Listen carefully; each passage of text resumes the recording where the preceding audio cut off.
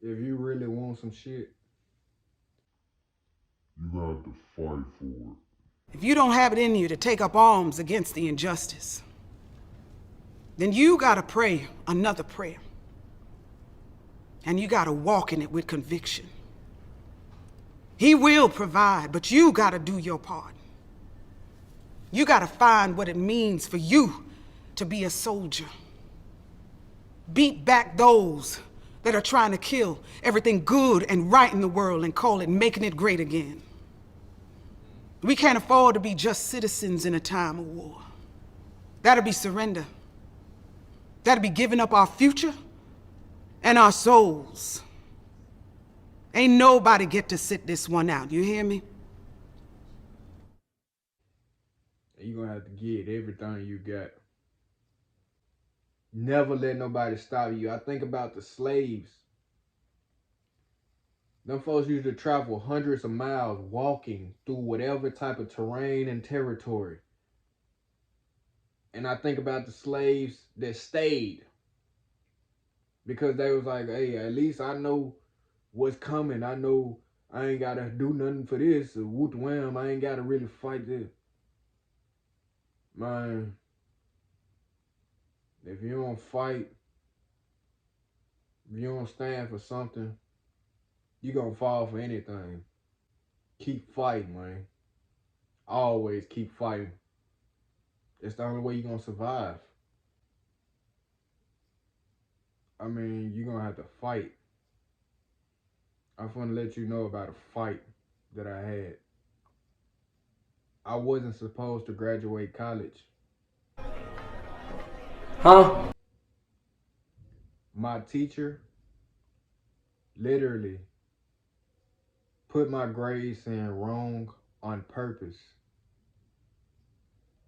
because she didn't like me.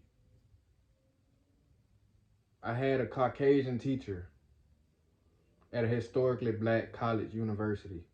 What kind of shit is that? And if you've been watching, you know how I talk about classism. It's just as worse as racism. I went to school with a lot of house niggas. You have to read the history of slavery to understand this. There were two kinds of Negroes. There was that old house Negro and the field Negro. And the house Negro always looked out for his master. When the field Negroes got too much out of line, he held them back in check. He put them back on the plantation. The house Negro could afford to do that because he lived better than the field Negro. He ate better, he dressed better, and he lived in a better house. He lived right up next to his master in the attic or the basement. He ate the same food his master ate and wore his same clothes. And he could talk just like his master. Good diction. And he loved his master more than his master loved himself. That's why he didn't want his master hurt. If the master got sick, he'd say, "What's the matter, boss? We sick?" When the master's house caught a fire, he'd try and put the fire out. He didn't want his master's house burned. He never wanted his master's property threatened. And he was more defensive of it than the master was. That was the house Negro.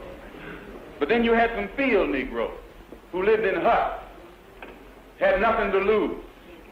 They wore the worst kind of clothes, they ate the worst food, and they caught hell. They felt the sting of the lash. They hated their master. Oh, yes, they did. If the master got sick, they prayed that the master died. If the master's house caught a fire, they prayed for a strong wind to come along. This was the difference between the two. And today you still have house Negroes and field Negroes. Like if I was born in the 1600s, I know they probably would have cut my nuts off. This nigga here is a fucking problem. The way I carry myself, the way I don't care for conforming.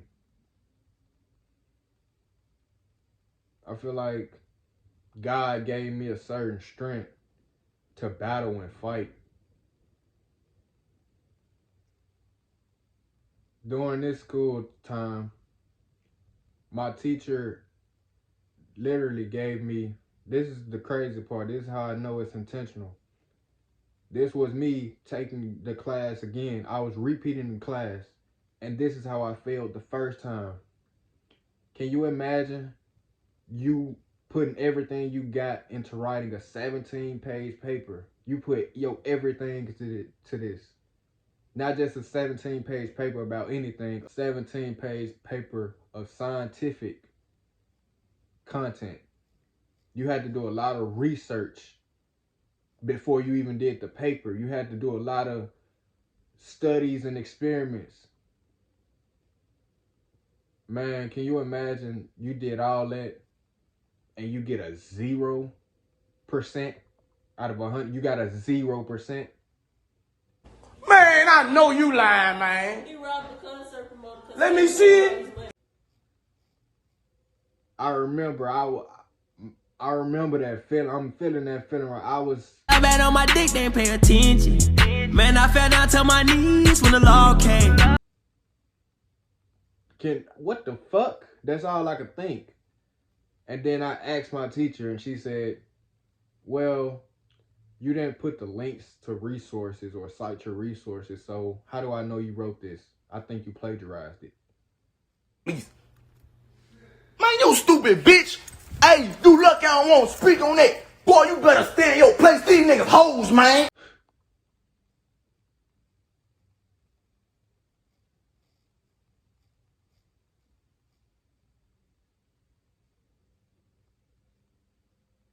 Man, what the fuck? So the second time, I didn't know that I really had to fight for this. But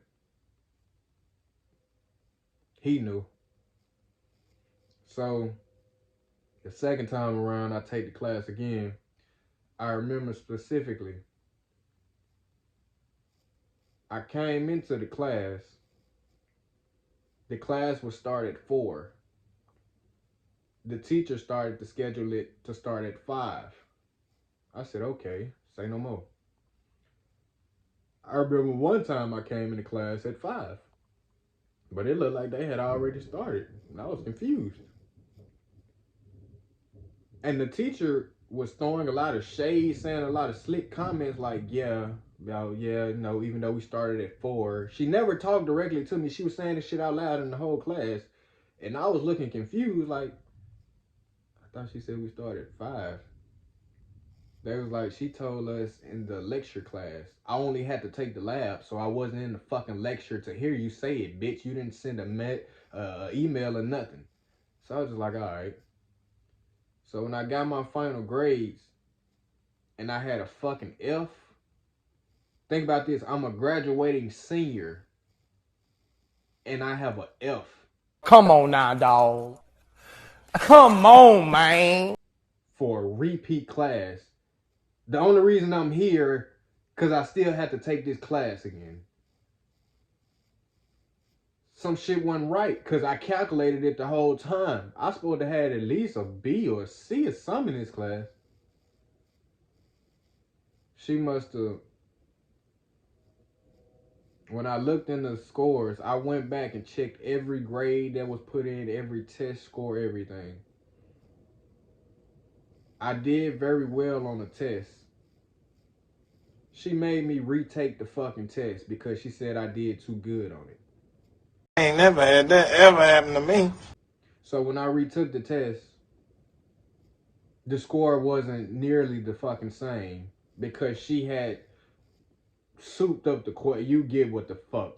She did some fuck shit. Okay.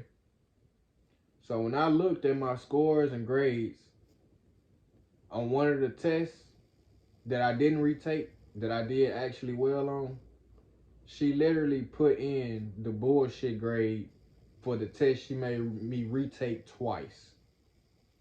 So it threw the average all the way down. The game is the game.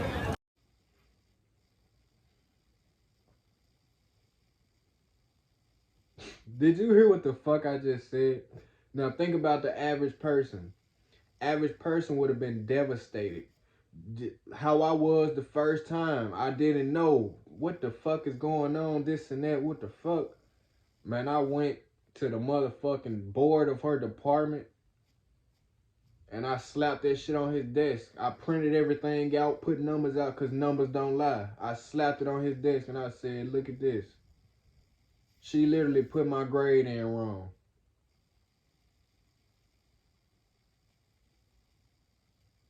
And he looked at that shit. He couldn't even say nothing for like a minute or two because he couldn't say, because he was just looking at this shit like, Why the fuck would you do something like that? why the fuck? How the fuck? What the fuck? And I said, yeah, I can't imagine how many more real niggas she done did this to. Just because she didn't like my presence and my energy. Them crackers. Everybody's not given an even field.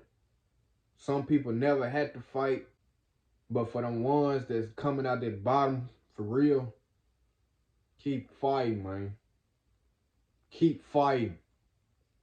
I'm gonna say this shit again, nigga. Keep fighting. Fuck.